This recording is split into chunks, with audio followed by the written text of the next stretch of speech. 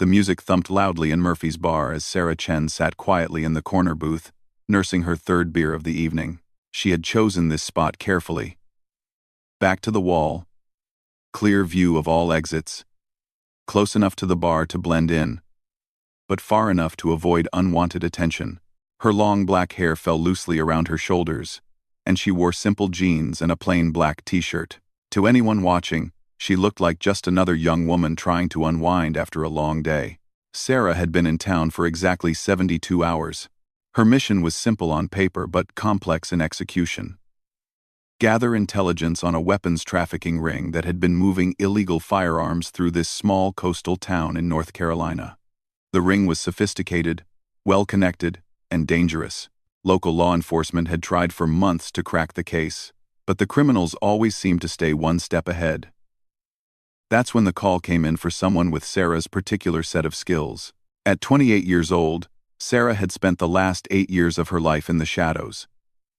Officially, she didn't exist. Her military records showed she had died in a training accident 3 years ago. Unofficially, she was one of the most effective undercover operatives in a classified special forces unit that the Pentagon would never acknowledge. Her specialty was deep cover infiltration, and she had successfully completed missions in 12 different countries without her true identity ever being discovered. The bar was typical for a military town. Lots of young servicemen blowing off steam, country music playing too loud, and the smell of beer and fried food hanging heavy in the air. Sarah had been observing the clientele for 3 days, learning patterns, identifying potential contacts, and slowly building her cover story as a drifter looking for work at the nearby shipyard. She was mentally reviewing the intelligence briefing when she noticed him. Sergeant Marcus Johnson sat 2 tables away with 3 other Marines, all in civilian clothes but carrying themselves with the unmistakable bearing of military men. Johnson was tall, broad-shouldered, with close-cropped brown hair and the kind of confident swagger that came from knowing you could handle yourself in any situation. He had been stealing glances at her all evening, and Sarah could feel his interest growing stronger with each beer he consumed. Sarah had dealt with countless aggressive men during her career. It came with the territory when you were an attractive woman, operating in male-dominated environments. She had learned to deflect attention without creating memorable scenes, to blend in while maintaining enough presence to do her job.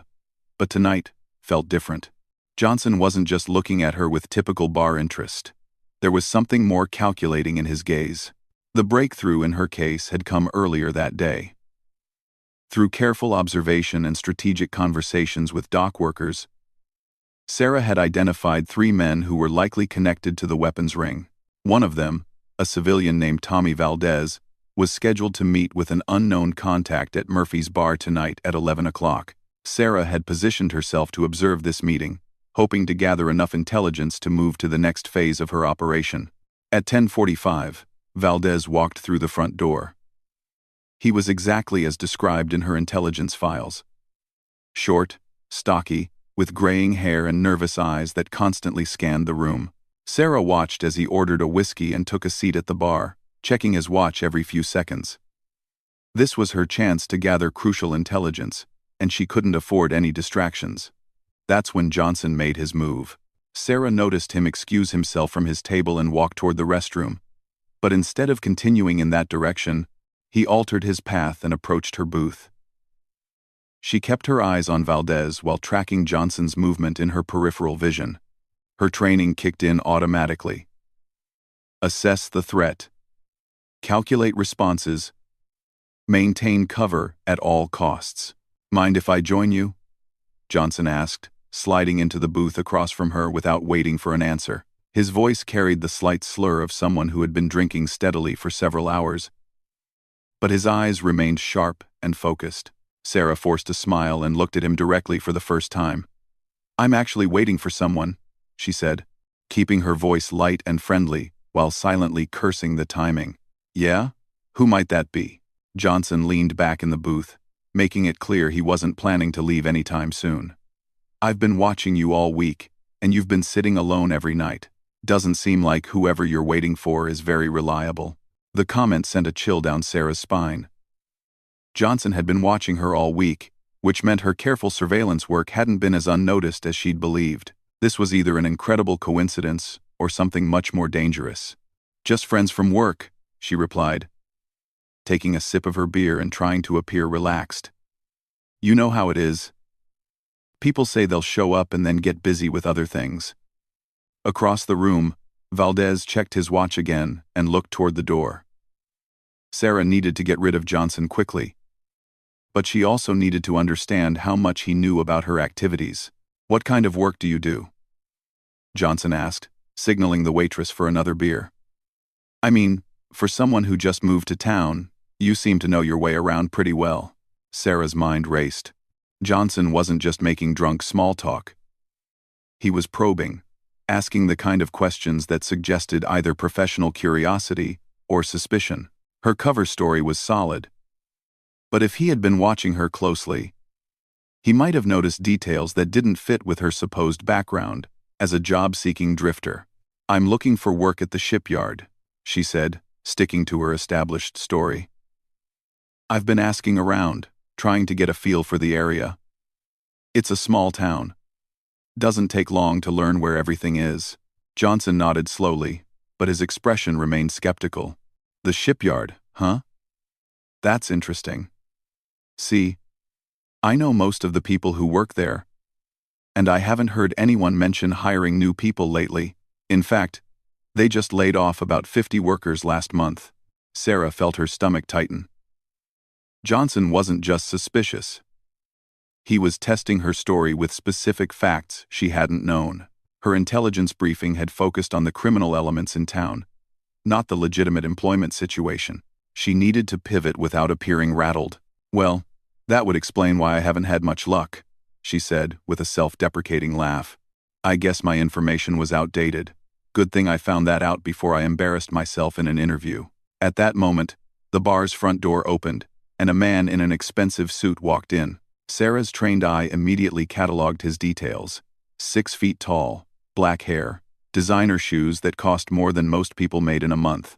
This had to be Valdez's contact, and she was missing the opportunity to observe their meeting because of Johnson's unwanted attention. Look, I appreciate the company, Sarah said, starting to stand up, but I really should get going.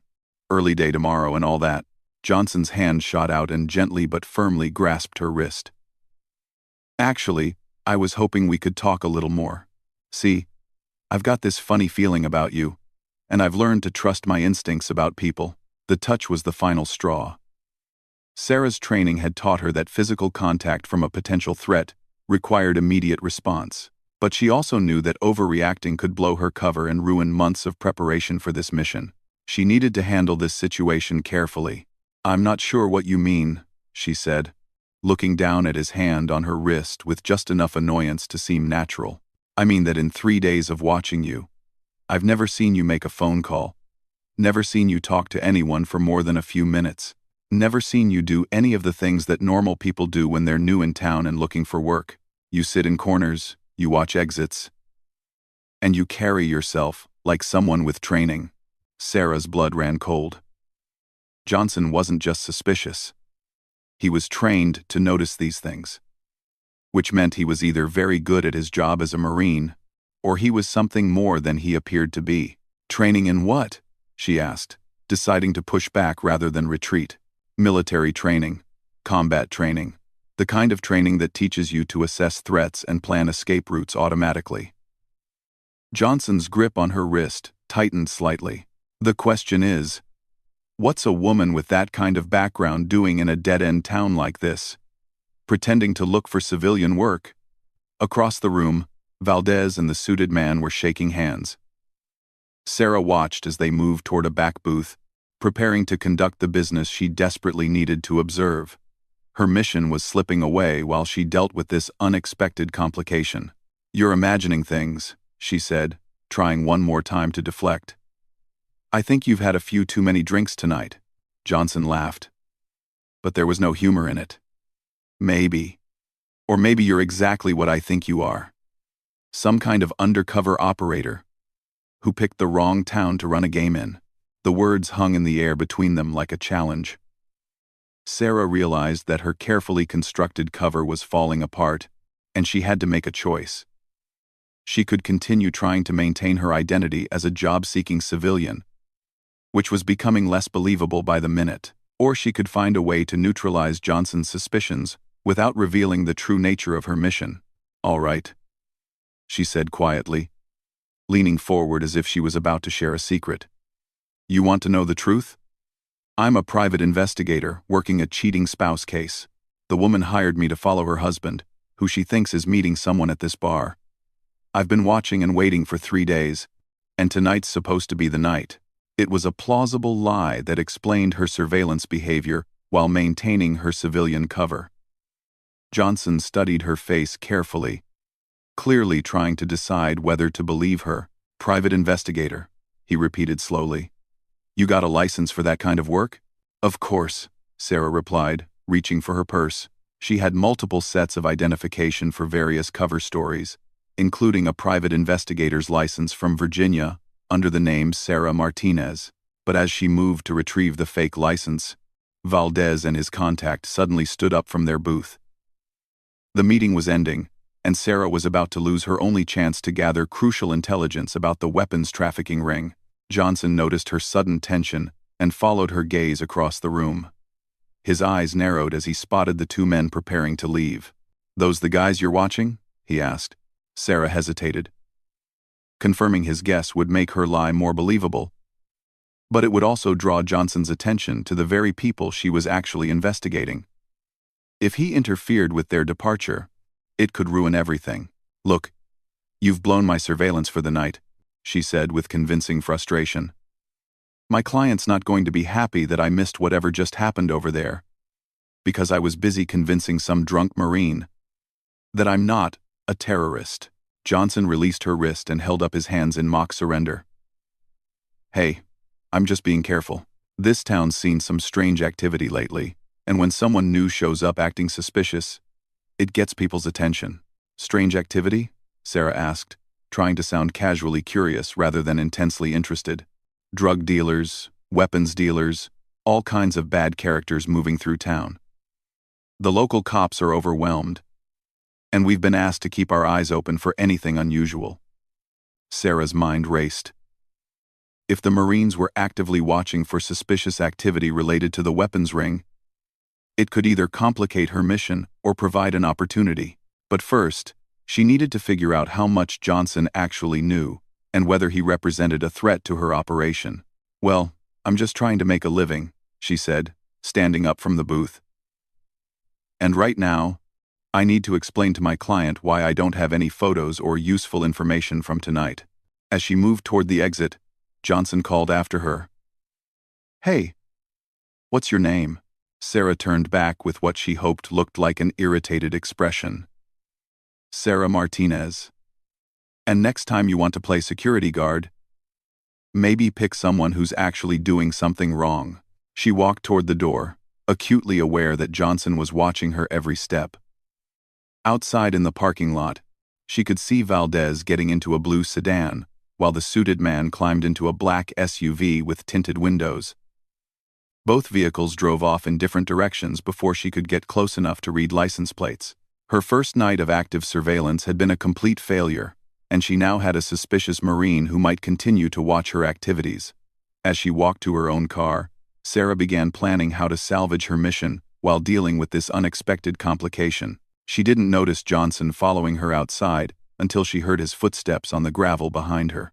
"Sarah Martinez," he called out, and something in his tone made her turn around. Johnson was standing about 10 feet away, and his casual demeanor had changed. He looked more alert, more focused, like a predator who had just decided to take his prey seriously. "I ran that license plate number through some databases while you were getting ready to leave," he said, holding up his phone. "Interesting thing about private investigators. They usually drive cars registered to their business or themselves. Your car is registered to a shell company that doesn't seem to exist anywhere except on paper." Sarah felt the familiar rush of adrenaline that came with being exposed. Her training kicked in automatically, and she began calculating distances, exit routes, and potential weapons. The parking lot was dimly lit and mostly empty. Not ideal conditions for avoiding confrontation. "I don't know what you think you've discovered," she said, keeping her voice steady while her mind raced through options. I think I've discovered someone who's very good at creating false identities, Johnson replied, taking a step closer. The question is whether you're working for the good guys or the bad guys. The moment hung between them like a loaded weapon. Sarah realized that her next words would determine whether this situation escalated into violence or could be resolved through other means. Maybe, she said carefully, we should ask ourselves the same question about you. Johnson's expression shifted slightly at Sarah's words, and for a moment, the aggressive certainty in his stance wavered. The parking lot around them remained quiet except for the distant sound of music from inside Murphy's bar and the occasional car passing on the main road. What's that supposed to mean? He asked, but Sarah could hear the defensive note creeping into his voice. It means that Marines don't usually have access to vehicle registration databases, Sarah replied, taking a calculated step to her left to improve her position relative to her car and the nearest exit from the parking lot. It means that someone who's been watching me for 3 days might have reasons beyond casual suspicion. And it means that maybe you should explain who you really are before demanding answers from me. Johnson was quiet for several seconds, clearly weighing his options. Sarah watched his body language carefully, noting the way his weight shifted to the balls of his feet and how his hands remained loose at his sides despite the tension in his shoulders. He was definitely military trained, but there was something else, a controlled readiness that suggested experience beyond standard Marine combat training. All right, he said finally. Fair point. My name really is Marcus Johnson, and I really am a sergeant in the Marines. But I'm also working with a joint task force, investigating weapons trafficking in this area. When someone shows up in town exhibiting professional surveillance behavior, it gets flagged. Sarah felt a mixture of relief and concern. Relief because Johnson wasn't connected to the criminal organization she was investigating. Concern because having another law enforcement operation in the same area could complicate her mission significantly. Joint task force, she repeated. Which agencies? DEA, ATF, local police, and Marine Criminal Investigation Division, Johnson said.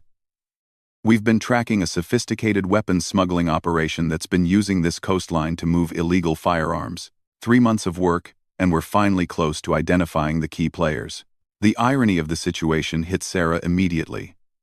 She and Johnson were working the same case from different angles, and their mutual suspicion had nearly led to a confrontation that could have damaged both operations. How close? She asked. Johnson studied her carefully. Close enough that I need to know whether you're going to be a problem for us. You still haven't explained why a private investigator has such sophisticated tradecraft and fake identification. Sarah made a decision. Her mission briefing had mentioned the possibility of encountering other law enforcement operations, and she had protocols for dealing with such situations. But those protocols required careful verification before revealing anything about her true purpose. I need to make a phone call, she said. There are some things I might be able to tell you, but I have to clear it with my supervisor first. Johnson nodded slowly. Fair enough. But make it fast. My team leader is expecting a report in 30 minutes, and I need to know whether to list you as a potential asset or a potential threat. Sarah pulled out her phone and dialed a number that would connect her to a secure line at her headquarters. The conversation would be brief and coded, but it would allow her to verify Johnson's story and get permission to coordinate with his operation if necessary. Control. This is Mockingbird, she said, when the line connected. I have a situation that requires immediate verification and guidance.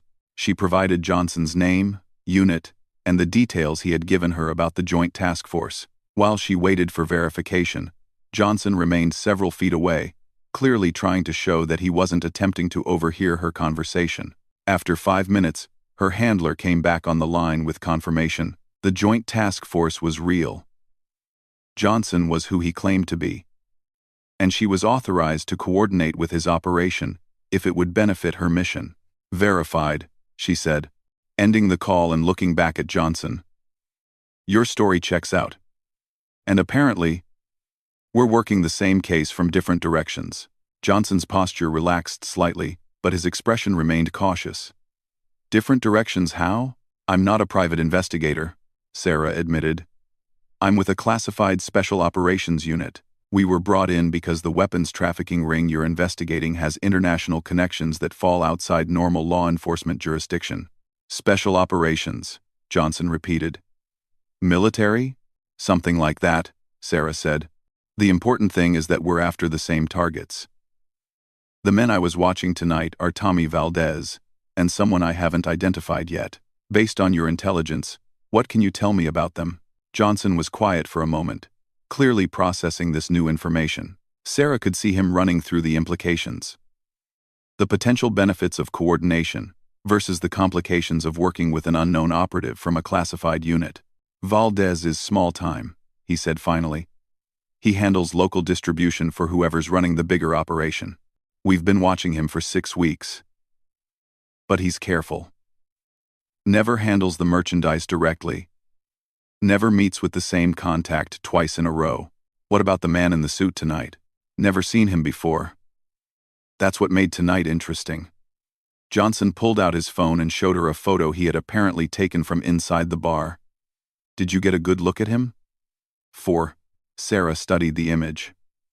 The photo was taken from a distance, and the lighting wasn't great. But it clearly showed the well-dressed man she had observed meeting with Valdez. Good enough, she said. I can run facial recognition through our databases. Might get lucky with an identification. In exchange for what? Johnson asked. In exchange for not stepping on each other's operations, Sarah replied. Your task force is focused on the domestic side of this trafficking ring. My mission is to identify and neutralize the international connections. We can help each other without interfering with each other's objectives. Johnson considered this for several seconds. Sarah could see him weighing the potential benefits against the risks of working with someone whose authority and backing he couldn't fully verify. What kind of help are we talking about? He asked. Intelligence sharing, coordination of surveillance activities, maybe joint operations if the situation calls for it, Sarah said. I have resources that your task force doesn't have access to. And you have local knowledge and official law enforcement authority that I can't replicate. I have. Thank you for watching. I have. Replicate. Resources like what? Real-time satellite surveillance, international criminal databases, technical surveillance equipment that doesn't officially exist, Sarah said. The kind of tools that can turn a 3-month investigation into a 3-week takedown. Johnson's eyes lit up at the mention of those capabilities. Sarah could see that the possibility of accelerating his investigation was appealing, but he was still cautious. I'd have to clear it with my team leader, he said. And he'd probably want to verify your authority through his channels. That's fine, Sarah replied. But it needs to happen fast. My intelligence suggests that this trafficking ring is planning to move a major shipment within the next week. If we don't act soon, we might lose our chance to take down the entire operation. A week? Johnson looked concerned. Our intelligence suggested we had more time than that. Johnson, your intelligence is probably focused on the local distribution network, Sarah said. I'm tracking the supply chain. There's a cargo ship scheduled to arrive at the port in 6 days carrying what my sources believe is the largest weapons shipment this ring has ever attempted to move through this area. Johnson was quiet for a moment, clearly processing the implications. If Sarah was right, it changed the timeline for his entire operation. All right, he said finally. Let's go talk to my team leader. If you're legitimate, this could be exactly what we need to wrap this case up. If you're not. He left the threat unspoken. But Sarah understood. Fair enough, she said. Where's your team leader? Safe house about 10 minutes from here. But first, I need to ask you something. Johnson's expression became more serious. If you're really special operations, why didn't you just identify yourself when I first approached you? Why maintain a cover story that was obviously falling apart? Sarah smiled for the first time since their conversation began. Because for all I knew, you were one of the bad guys testing my cover. In my line of work, you don't reveal classified information to someone just because they're wearing a Marines t-shirt and asking suspicious questions. Johnson laughed despite himself. Point taken. Though, for the record, maintaining surveillance for 3 days while pretending to look for work at a shipyard that's laying people off wasn't exactly subtle. Yeah. I'm going to have words with whoever provided that intelligence briefing, Sarah said. But it worked well enough to avoid attention from the targets. About that, Johnson said, becoming serious again. The men you were watching tonight, Valdez and the suit. They left together. But they didn't go to any location we've had under surveillance. If you can really run facial recognition on the unidentified subject, it might give us the breakthrough we need. I can have results within a few hours, Sarah assured him, but I'll need somewhere secure to work from. The safe house has everything you'd need for that kind of work, Johnson said. Secure communications, computer equipment, the works. As they walked toward their respective cars, Sarah felt a sense of cautious optimism. Working with Johnson's task force could provide exactly the kind of local support she needed to complete her mission successfully. But she also knew that coordination between different law enforcement entities was never as smooth as it appeared on paper. One more thing, Johnson said as they reached his car. When we get to the safe house, don't be surprised if my team leader is a little skeptical. We've had some problems with federal agencies not sharing information, and it's made everyone a bit paranoid about outside operations. Understood, Sarah replied. But skepticism works both ways. I need to know that your operation hasn't been compromised before I share sensitive intelligence. Compromised how? This trafficking ring has stayed ahead of law enforcement for months, Sarah said. That usually means they have inside information about ongoing investigations. Someone's been feeding them intelligence about your activities. Johnson's expression darkened. You think we have a leak? I think you should consider the possibility, Sarah said. When I run facial recognition on tonight's subject, I'll also cross-reference him against law enforcement databases. If he has connections to anyone in your task force, we'll know. The drive to the safe house took them through the quiet residential streets of the small coastal town. Sarah followed Johnson's car, using the time to mentally prepare for what could be a difficult conversation. Convincing a task force leader to trust an unknown operative with classified backing would require careful presentation of her credentials and capabilities. The safe house turned out to be a modest, two-story home in a middle-class neighborhood, chosen specifically because it wouldn't attract attention. Johnson parked in the driveway and motioned for Sarah to park on the street. Remember, he said as they approached the front door, Agent Martinez is running this operation, and he doesn't like surprises. Let me do the talking initially. Sarah nodded and followed him inside. The house looked normal from the outside, but the interior had been completely transformed into a command center.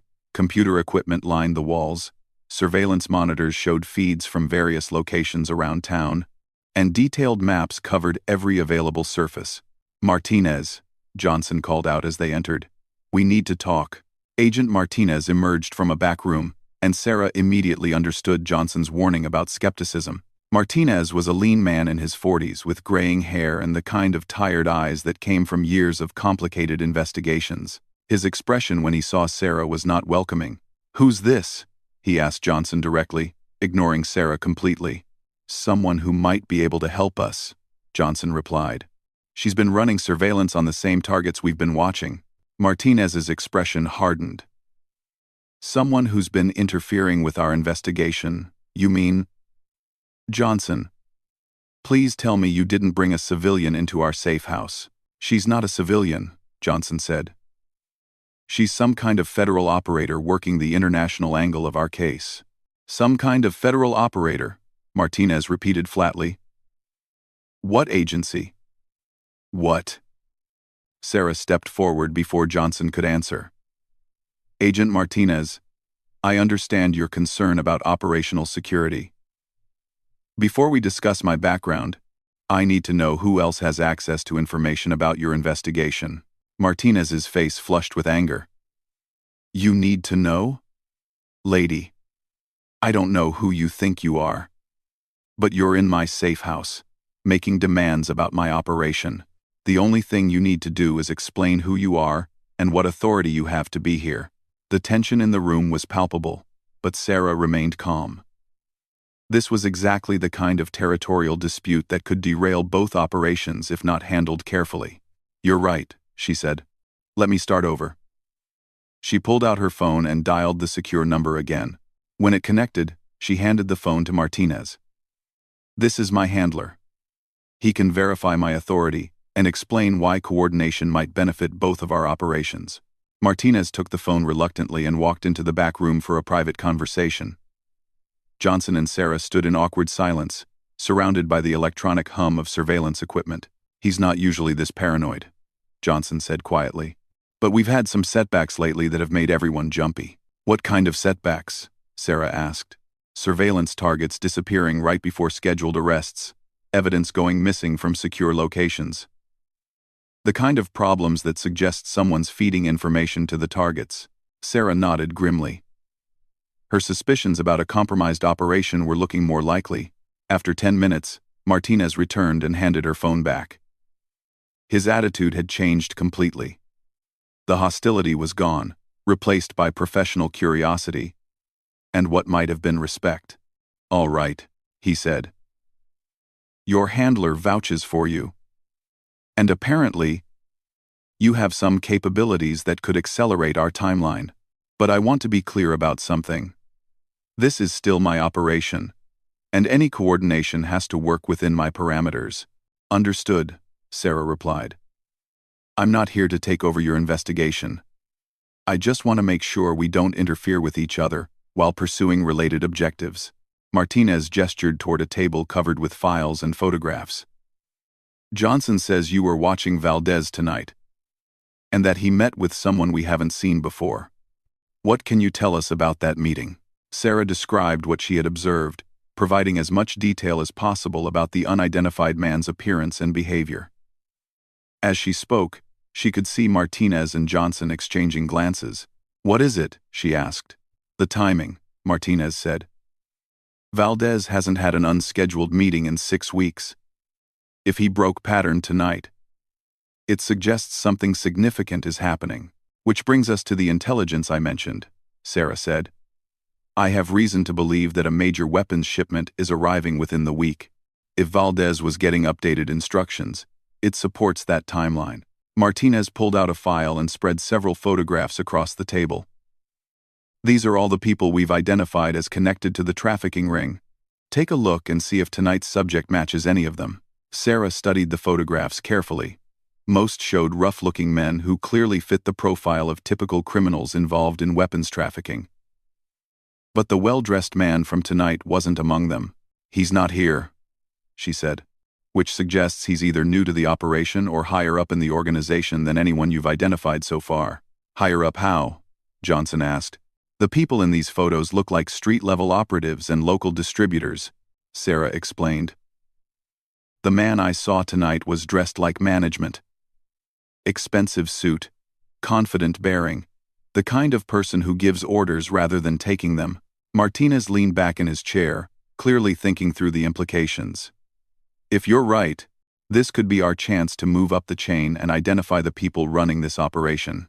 That's where facial recognition comes in," Sarah said. "I can run his image through international criminal databases that your task force doesn't have access to. If he's connected to the overseas suppliers, we'll find him." "How long will that take?" Martinez asked. "A few hours if we get lucky. A day or two if we have to expand the search parameters." Martinez nodded slowly. "All right, here's what we're going to do. You run your facial recognition search while we monitor communications intercepts and surveillance feeds. If your timeline is accurate, we need to identify this man and his role in the operation before that ship arrives." "What about surveillance?" Sarah asked. "Valdez knows his meeting was observed. Even if he didn't realize by whom, he might alter his patterns." "We'll maintain distance surveillance," Martinez said. "But you're right that we need to be more careful. That's another reason why coordination makes sense. We can pool resources and coverage without overexposing any single surveillance team." As they discussed operational details, Sarah felt the familiar satisfaction of a mission coming together. The unexpected encounter with Johnson had initially seemed like a threat to her operation, but it was turning out to be exactly the kind of force multiplier that could make the difference between success and failure.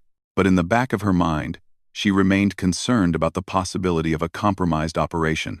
If someone was feeding information to the trafficking ring, the coordination she was proposing could expose her mission as well as Martinez's investigation. She decided to keep that concern to herself for now, but she would be watching carefully for any signs that their targets were receiving inside information about their activities. The facial recognition results came back faster than expected. Sarah had been working at one of the computers in the safe house for only 3 hours when the system found a match. What she discovered sent a chill down her spine. "Martinez, Johnson, you need to see this," she called out. The two men gathered behind her as she pulled up the results on the main monitor. The well-dressed man from Murphy's Bar was identified as Viktor Kozlov, a former Russian military officer turned arms dealer with connections to organized crime syndicates across Eastern Europe. "This guy's not just management," Sarah said grimly. "He's international level." According to this file, Kozlov has been linked to weapons trafficking operations in 7 different countries over the past decade. Martinez leaned closer to read the details. It says here he was suspected in a case involving stolen military weapons that ended up being used in terrorist attacks in Bosnia. "If he's here, this isn't just about local gun running. It gets worse," Sarah continued, scrolling through the intelligence report.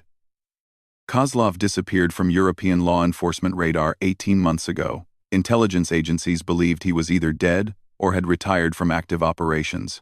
If he's here now, it means he's planning something significant. Johnson studied Kozlov's photograph thoughtfully. Why would someone at his level be meeting directly with a local distributor like Valdez? Doesn't that violate basic operational security?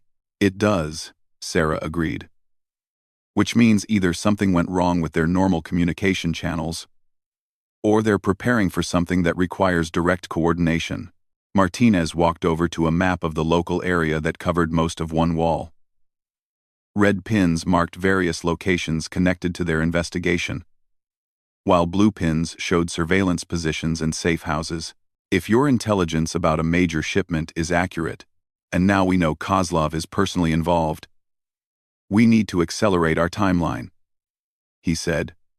Johnson, what's our current surveillance status on all known targets?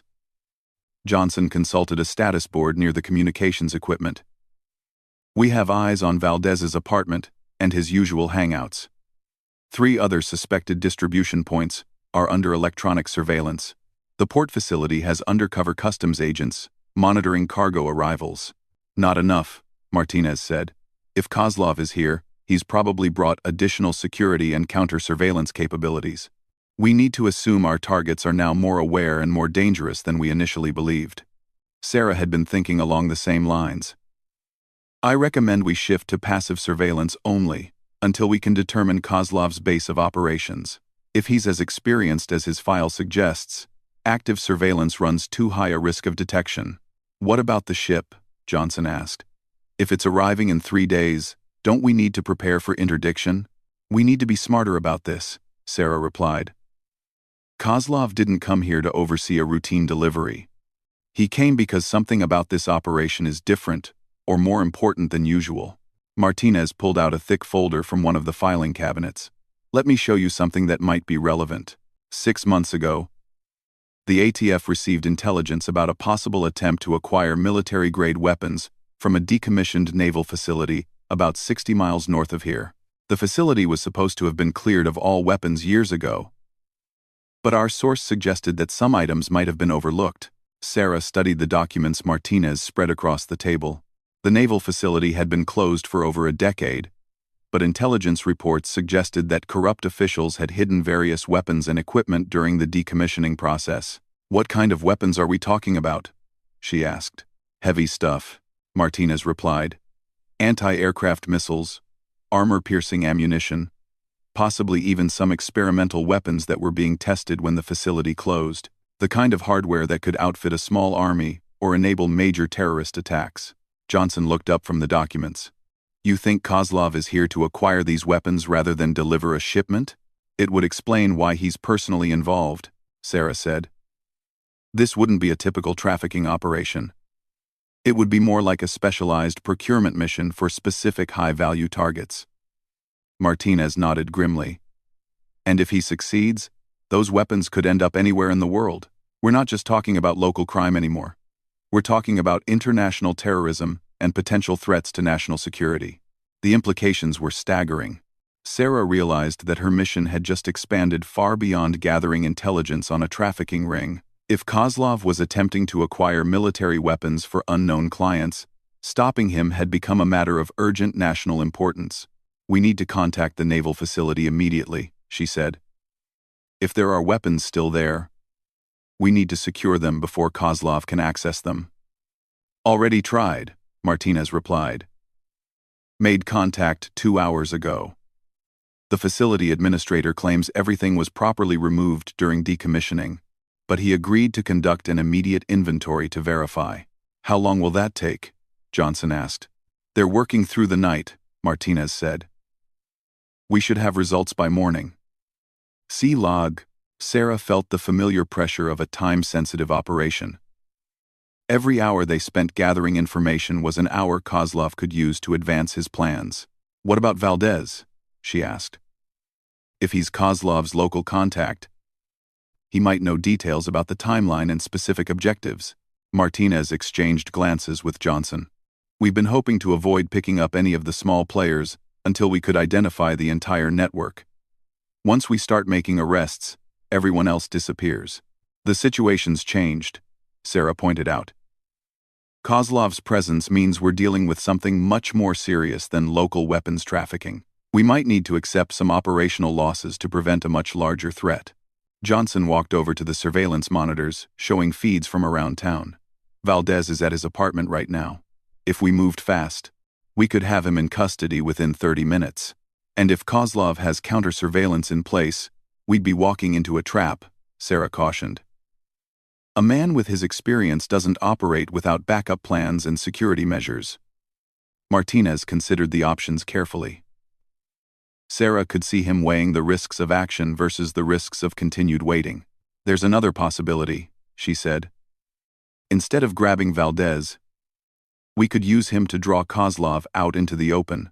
"How?" Martinez asked. "We feed Valdez false information about law enforcement activity that would require Kozlov to change his plans. When he responds, we track him to his base of operations and gather intelligence on his full capabilities." Johnson looked skeptical. "That's assuming Valdez would fall for whatever story we fed him, and that Kozlov would respond personally rather than just disappearing." "It's a risk," Sarah admitted. "But it's a calculated risk with potentially higher payoff than either passive surveillance or premature arrests." Before Martinez could respond, one of the communication devices on the desk started beeping urgently. Johnson moved quickly to answer it. "Safe house," he said into the encrypted radio. He listened for several seconds, his expression becoming increasingly grim. "Understood. We're on our way." He turned to Martinez and Sarah with obvious concern. "That was Agent Torres at the port surveillance post. He's reporting unusual activity around the cargo ship that arrived this morning. Multiple vehicles, suspicious personnel movements, and what looks like preparation for offloading heavy equipment." "This morning?" Sarah said. "I thought the ship wasn't supposed to arrive for 3 more days." "So did we," Martinez replied, already moving toward his equipment.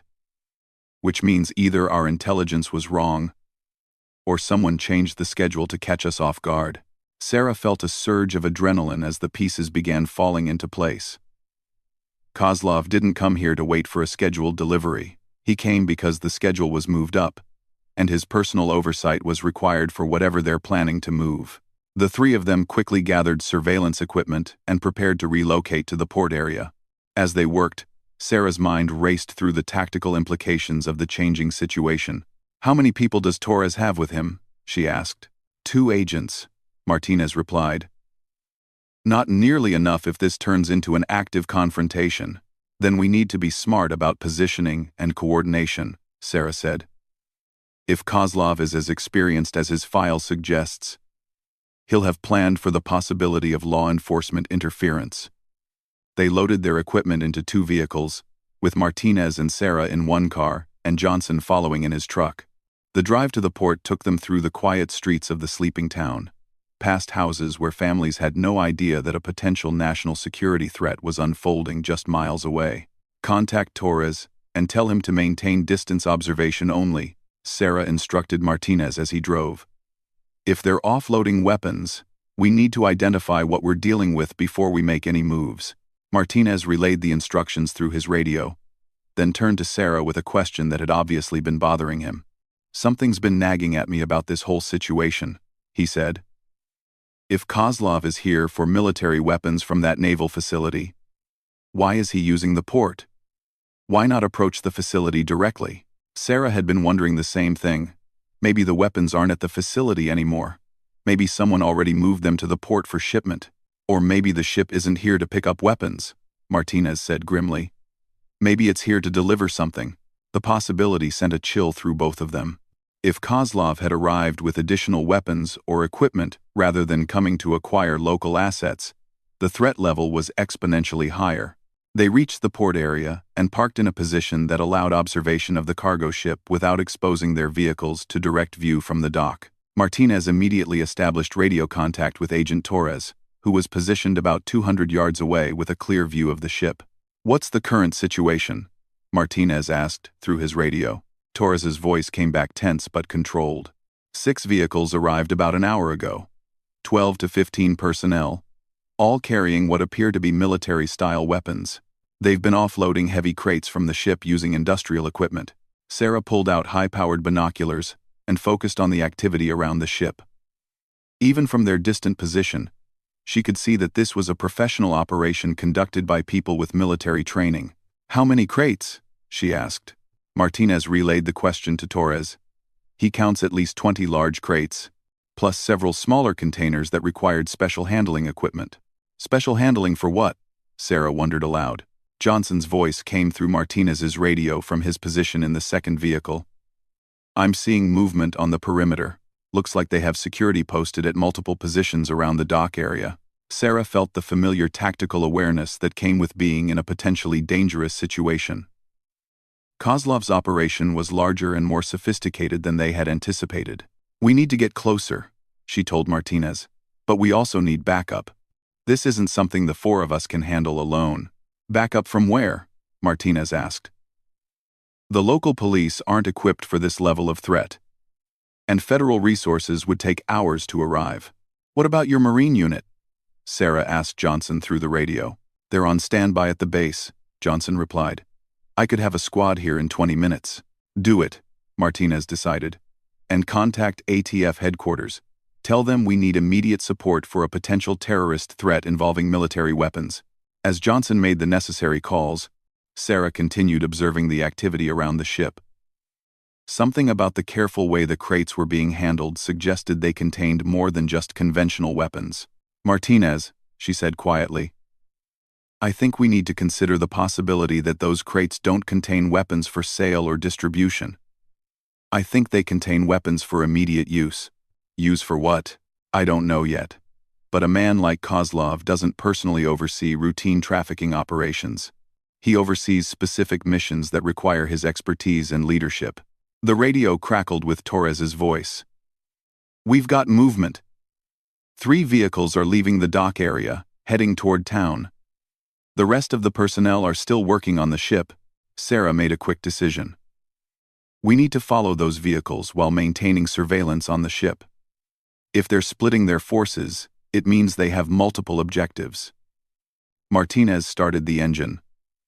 "Torres, Johnson, maintain observation of the port. We're following the vehicles that just left."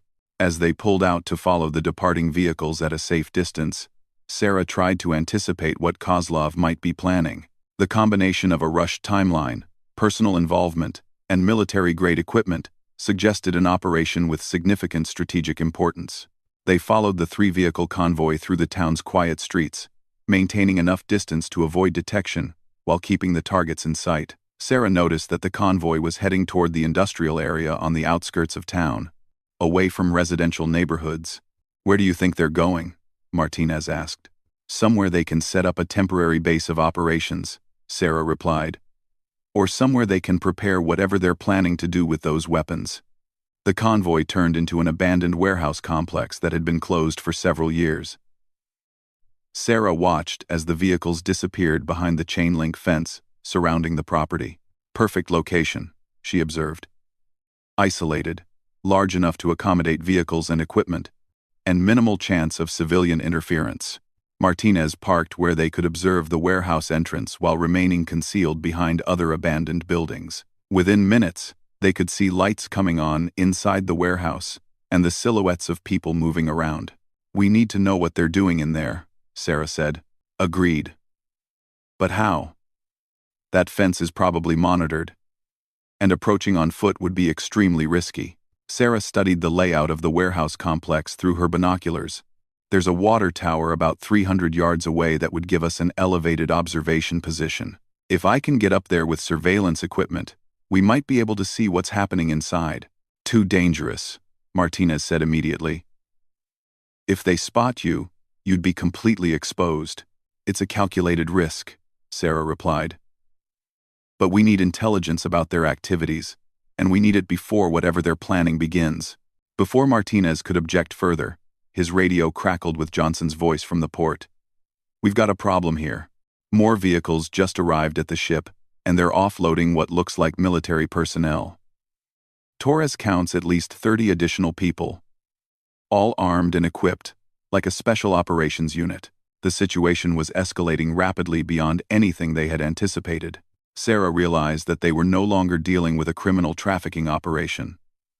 They were facing what appeared to be a coordinated military-style assault plan, involving international operatives and significant firepower. "How long until your Marine backup arrives?" she asked. Martinez checked his watch. 10 minutes, maybe 15. "Not fast enough," Sarah said grimly. "Whatever Kozlov is planning, it's happening tonight." As if to confirm her assessment, the radio came alive with Torres's urgent voice. "All units, we have vehicles leaving the port heading in multiple directions. I count 6 different routes being taken simultaneously." Sarah felt the cold realization of what they were witnessing. This wasn't a weapons acquisition or trafficking operation. It was the beginning of a coordinated attack on multiple targets, using the port and warehouse as staging areas for a larger operation. "Martinez," she said urgently, "we need to contact federal authorities immediately. This isn't something we can handle with local resources." "What about the warehouse?" Martinez asked. "If we pull back now, we lose our chance to gather intelligence on their primary base of operations." Sarah looked at the warehouse complex, then at Martinez, weighing their extremely limited options against the growing threat they were facing. "Then we don't pull back," she said. "We go in." Martinez stared at her. "Go in? Sarah, there could be a dozen armed operatives in that warehouse, and we have no idea what kind of firepower they're carrying. We also have no idea what kind of attack they're preparing to launch," Sarah replied. "If Kozlov brought military weapons and professional personnel to this operation, he's planning something that could result in significant casualties. We might be the only people in position to stop it." The weight of that responsibility hung between them as they watched the warehouse and waited for backup that might arrive too late to make a difference. Sarah checked her sidearm and the additional equipment she carried. "I'm trained for this kind of situation, Martinez. This is exactly what my unit was created to handle." Before Martinez could respond, the radio crackled with a new voice. Johnson calling from the port with information that would change everything. "All units, we've identified the cargo ship. It's registered to a shell company, but the real owner is listed in international databases as a front organization for a terrorist group that's been linked to attacks in Europe and the Middle East. Repeat, we are dealing with confirmed international terrorists." The final piece of the puzzle fell into place. Kozlov wasn't just an arms dealer. He was coordinating a terrorist operation on American soil. The weapons, the personnel, the multiple staging areas all pointed to a planned attack that could dwarf anything the country had seen since September 11th. Sarah looked at Martinez with grim determination. "Now do you understand why we can't wait for backup?" Martinez nodded slowly, his own training and instincts telling him that Sarah was right. "What do you propose?" "I go into that warehouse and gather intelligence on their specific plans, while you coordinate with Johnson and Torres to track the vehicles that left the port. We need to know what targets they're planning to hit, and we need to know now." "And if you're caught in there?" Sarah smiled grimly. "Then I do what I was trained to do. I stop them by any means necessary." As she prepared to move toward the warehouse, Sarah Chen knew that the next few hours would determine whether a major terrorist attack succeeded or failed. Everything depended on her ability to infiltrate Kozlov's operation and either gather the intelligence needed to stop it or neutralize the threat herself. The mission she had thought was about weapons trafficking had become something much more dangerous and much more important. The lives of potentially hundreds of innocent people now depended on decisions she would make in the next few minutes.